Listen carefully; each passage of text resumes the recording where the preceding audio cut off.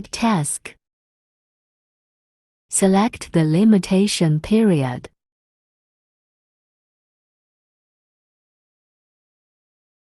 Create a task name.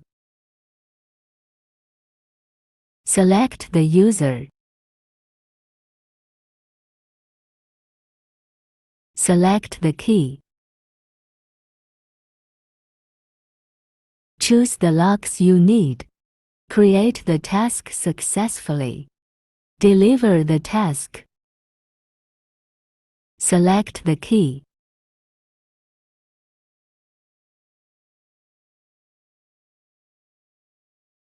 Send the task to the key. Operation successed. Wake up the key. Unlock and record.